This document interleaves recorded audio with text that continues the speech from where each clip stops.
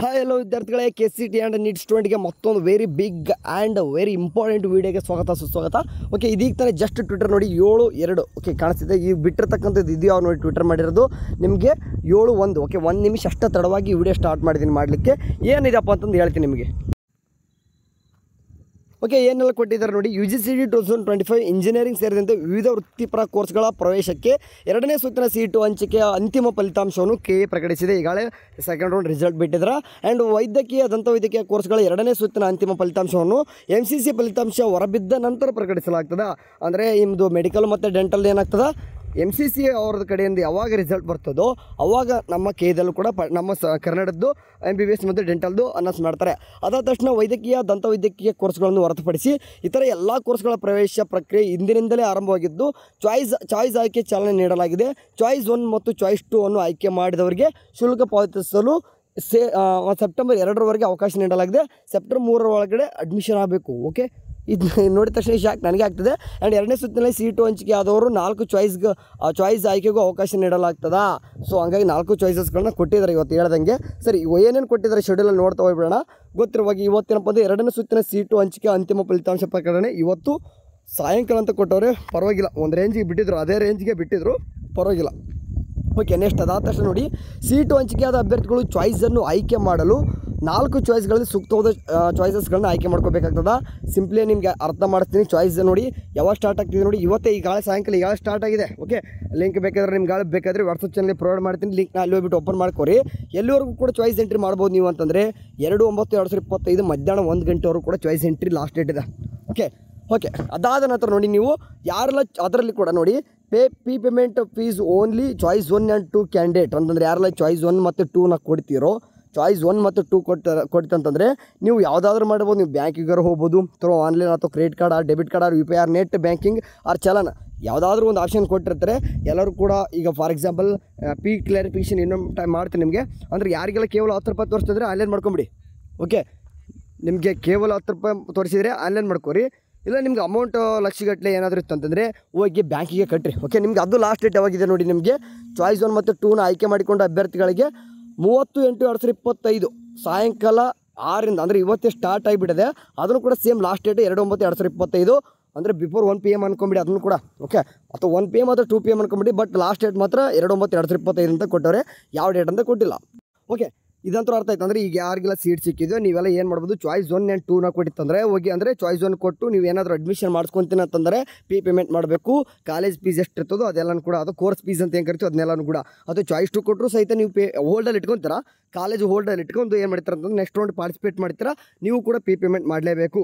Okay, ಇದಾಯ್ತು. Next choice 3 ಕೊಟ್ಟರೆ ಏನು ಕಟ್ಟಂಗಿಲ್ವಾ ಅಂತ ಅನ್ನಂಗಿಲ್ಲ, ಅವರು ಕೂಡ ಕಟ್ಟಬೇಕು. ಇಲ್ಲಿ ಕಾಣಿಸ್ತಿದೆ ನೋಡಿ, ಚಾಯ್ಸ್ 3 ಆಯ್ಕೆ ಮಾಡಿಕೊಂಡು ಅಭ್ಯರ್ಥಿಗಳು 10,000 ರೂಪಾಯಿಗಳನ್ನು ಕಾಶನ್ ಡಿಪಾಸಿಟ್ ಪಾವತಿಸಬೇಕು. ಅಂದರೆ KCET ಸ್ಟೂಡೆಂಟ್ ನೀವೆಲ್ಲ ಯಾರೆಲ್ಲ ಇದ್ದೀರೋ, ನೀವು ಚಾಯ್ಸ್ 3 ಕೊಟ್ಟರು ಸಹಿತ KCET ಸ್ಟೂಡೆಂಟ್ಗೆ ಎಸ್ಪೆಷಲಿ ಹೇಳ್ತಾ ಇರೋದು ನಿಮಗೆ, ನೀವು ಕೂಡ ಚಾಯ್ಸ್ 3 ಕೊಟ್ಟರು ಸಹಿತ ನಾವು 3rd ರೌಂಡ್ಗೆ ಹೋಗ್ತೀನಪ್ಪ ಅನ್ನಂಗಾಯ್ತಂದರೆ ಚಾಯ್ಸ್ 2 ಕೂಡ ಒಂದು ಹೋಲ್ಡ್ ಇಟ್ಕೊಂಡು ಹೋಗ್ತಾರೆ ಅವ್ರು ಬೇರೆ.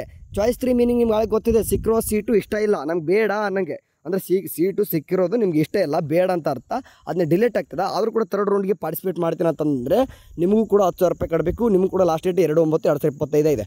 ಓಕೆ, ಅದಾದ ತಕ್ಷಣ ನೋಡಿ, ಕಂಫರ್ಮೇಷನ್ ಸ್ಲಿಪ್ ಓನ್ಲಿ ಅಂತ ಕಂಫರ್ಮೇಷನ್ ಸ್ಲಿಪ್ ಡೌನ್ ಮಾಡ್ಕೊಬೋದು. ಅದು ಯಾರು ಚಾಯ್ಸ್ 1 ಸ್ಟೂಡೆಂಟ್ಗೆ ಮಾತ್ರ. ಚಾಯ್ಸ್ 1, 2, 3, 4 ಯಾವುದಾದ್ರು ಕೊಟ್ಟರೆ ನೀವು ಚಾಯ್ಸ್ 1 ಕೊಟ್ಟವ್ರಿಗೆ ಮಾತ್ರ ಕಂಫರ್ಮೇಷನ್ ಸ್ಲಿಪ್ ಬರ್ತದೆ. ಮತ್ತು ಒಂದು ಸ್ಟೂಡೆಂಟ್ ಕೇಳ್ತಾರೆ, ನಾನು ಚಾಯ್ಸ್ 2 ಕೊಟ್ಟಿದ್ದೀನಿ, ನಾನು ಕೂಡ ಕೋರ್ಸ್ ಫೀಸ್ ಕಟ್ಟಿದ್ದೀನಿ, ನನಗೆ ಕಂಫರ್ಮೇಷನ್ ಸ್ಲಿಪ್ ಇಲ್ವಾ? ಇಲ್ಲ, ಯಾಕಂದರೆ ನೀವು ಇನ್ನೂ ಕೂಡ ಅಡ್ಮಿಷನ್ ಆಗ್ತಿಲ್ಲ, ನೀವು ನೆಕ್ಸ್ಟ್ ರೌಂಡ್ಗೆ ಹೋಗ್ತಾ ಇದ್ದೀರಾ. ನೆಕ್ಸ್ಟ್ ರೌಂಡ್ಗೆ ಹೋದಾಗ ನಿಮಗೆ ಕಂಫರ್ಮೇಷನ್ ಸ್ಲಿಪ್ಪು ಅದು ಜನರೇಟ್ ಆಗ್ತದೆ. ಯಾವ ಕಲೆ ಸಿಗ್ತದೆ. ಇವನ್ ನೀವು ಚಾಯ್ಸ್ 3 ಕೊಟ್ಟು ಕಾಸಿನ ಡಿಪಾಸಿಟ್ ಕಟ್ಟಿದ್ರು ಸಹಿತ ನಿಮಗೆ ಕಂಫರ್ಮೇಷನ್ ಸ್ಲಿಪ್ ಬರಲ್ಲ. ಕಾಸಿನ ಡಿಪಾಸಿಟ್ ಕಟ್ಟಿರೋದು ಅಷ್ಟೇ, ಅದೇ ಇರ್ತದೆ. ಓಕೆ, ಅಂದರೆ ಚಾಯ್ಸ್ 3 ಕೊಟ್ಟವ್ರಿಗೆ, ಚಾಯ್ಸ್ 2 ಕೊಡೋರಿಗೆ ಯಾವುದೇ ರೀತಿ ಕಂಫರ್ಮೇಷನ್ ಸ್ಲಿಪ್ ಬರಲ್ಲ. ಚಾಯ್ಸ್ 1 ಕೊಟ್ಟವ್ರಿಗೆ ನೀವು ದುಡ್ಡು ಪೇಮೆಂಟ್ ಮಾಡ್ತೀರಾ. ದುಡ್ಡು ಪೇಮೆಂಟ್ ಮಾಡಿದ ತಕ್ಷಣ ಇಮ್ಮಿಡಿಯೇಟಾಗಿ ಅಲ್ಲಿ ಕಂಫರ್ಮೇಷನ್ ಸ್ಲಿಪ್ ಕೂಡ ಡೌನ್ ಆಗಿಬಿಡ್ತದೆ.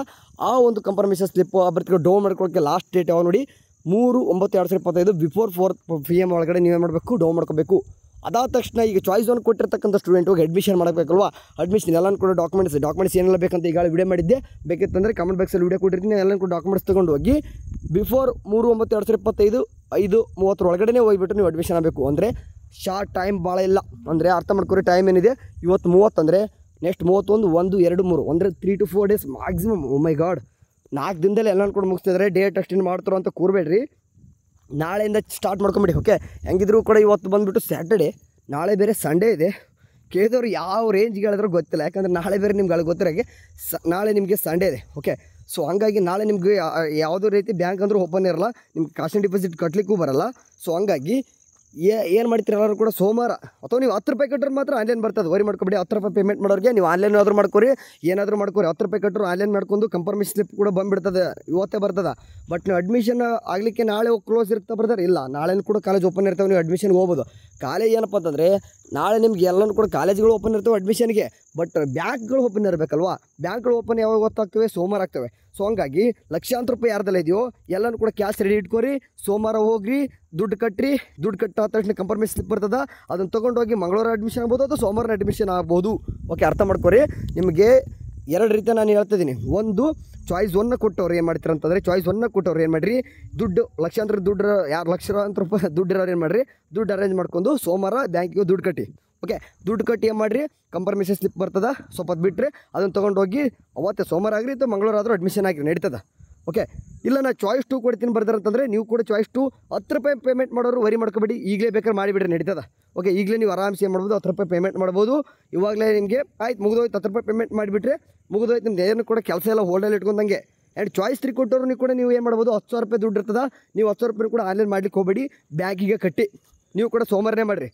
ಏನು ಬಟ್ ಅದರಲ್ಲಿ ಚಾಯ್ಸ್ 1 ಕೊಟ್ಟಿರ್ತಕ್ಕಂಥ ಸ್ಟೂಡೆಂಟ್ ಮಾತ್ರ ಸೋಮವಾರ ಕಟ್ಟಿರ್ತೀರ, ಆ ಒಂದು ಕಟ್ಟಿರ್ತಕ್ಕಂಥ ಚಾಲನ್ ಜೊತೆಗೆ ಕನ್ಫರ್ಮೇಷನ್ ಸ್ಲಿಪ್ಪು ಕೂಡ ಡೌನ್ಲೋಡ್ ಮಾಡಿಕೊಂಡು ಸೋಮವಾರ ಅಥವಾ ಮಂಗಳವಾರ, ಓಕೆ 2 ದಿನದಲ್ಲಿ ಅಡ್ಮಿಷನ್ ಹೋಗಿಬಿಡಿ. ಓಕೆ, ಇದಿಷ್ಟು ಶೆಡ್ಯೂಲ್ ಸದ್ಯಕ್ಕಿರುವಂಥದ್ದು.